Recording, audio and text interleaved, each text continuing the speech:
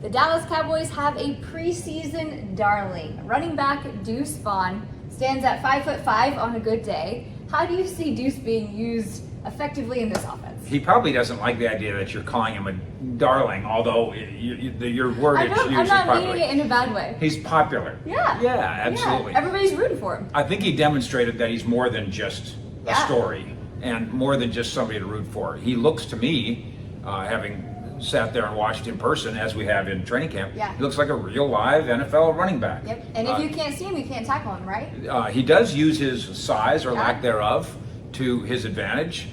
He does it even in pass protection, which I think is astounding.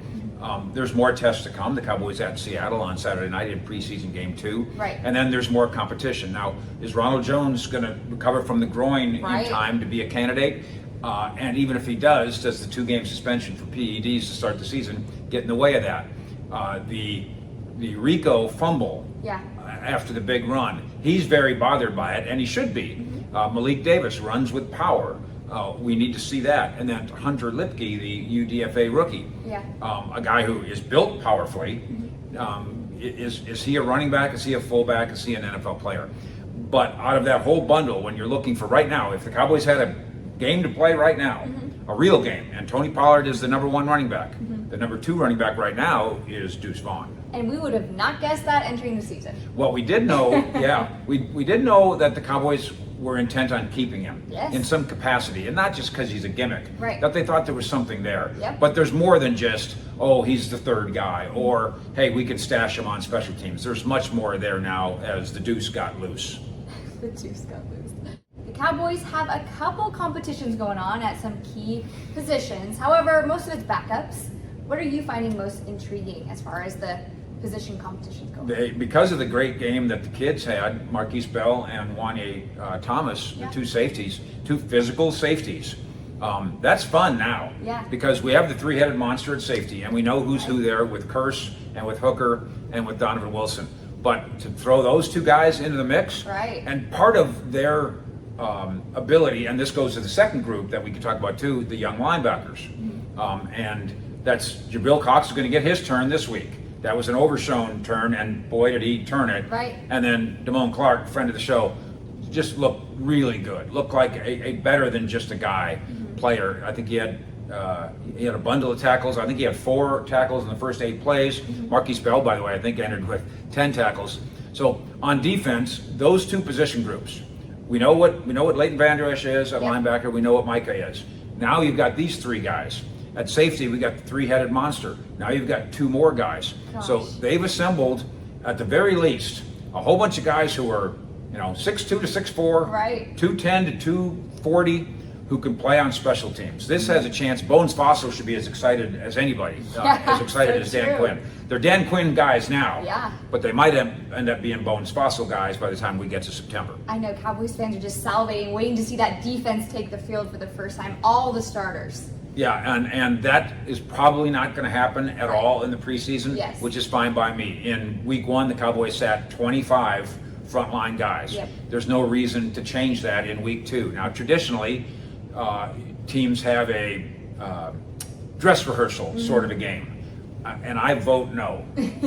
I just can't believe, for instance, the argument that Dak Prescott needs to see the speed of the pass rush.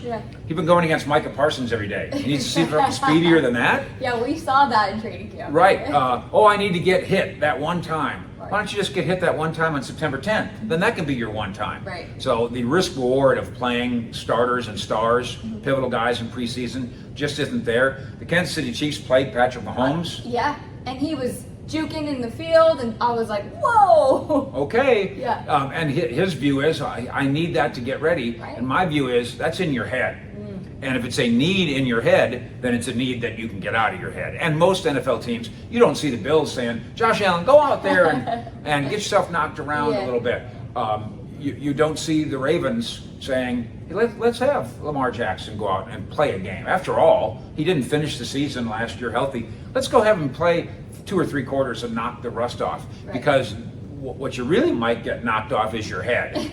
and then that's the end of your season. So I think discretion is by far the better part of valor. There's other places. Sam Howell in Washington, he's got things to prove here. Desmond Ridder, C.J. Stroud, second-year guy in Atlanta. C.J. Stroud, first-year guy.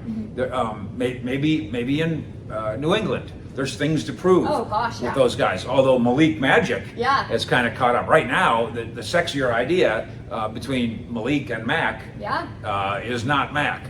And so there's circumstances where there's going to be a competition. There's circumstances where a kid needs to get his feet wet in NFL football. But having Dak Prescott, Josh Allen, Lamar Jackson expose themselves to any great degree, I think is foolhardy.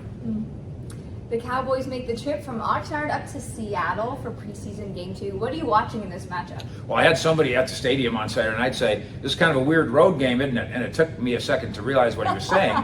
They had set up camp in Oxnard. Then they get on a plane and come here. Home. Play a game, and then go back home to Oxnard. And this is more conventional. They'll stay on the West Coast, so the West Coast time zone will be the same now. It is a 9 o'clock kickoff in Dallas time, so we're going to have to get a nap in the afternoon. The offensive line needs to come up with answers, and whether that's is Awesome Richards, the 5th-round rookie, is he a real answer? If he's a real answer at guard, then start playing him at guard. He I believe was a starting left tackle in preseason game 1. Kelvin Joseph is a name that deserves to be mentioned. He hasn't done anything wrong. And yet the competition in the secondary suggests he better hurry up and do something right.